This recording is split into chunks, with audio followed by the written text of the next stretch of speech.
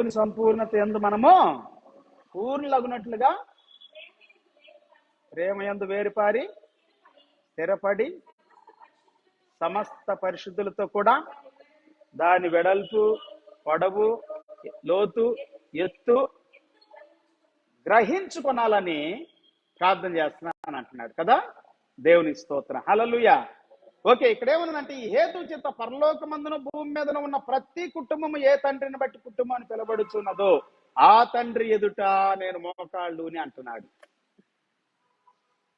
పరలోకములో భూమి మీద దేవుడు మనకు తండ్రి ఉన్నాడు, కుటుంబం ఉందని భక్తుడు ఇక్కడ చెబుతా ఉన్నాడు. హల్లెలూయా.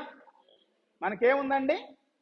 ఒక కుటుంబం ఉంది మనకు భూమి మీద, పరలోకంలో కూడా. దేవుని బిడ్డలు ఈ లోకంలోనే కాదు, పరలోకంలో కూడా ఉంటారు. హల్లెలూయా, హల్లెలూయా.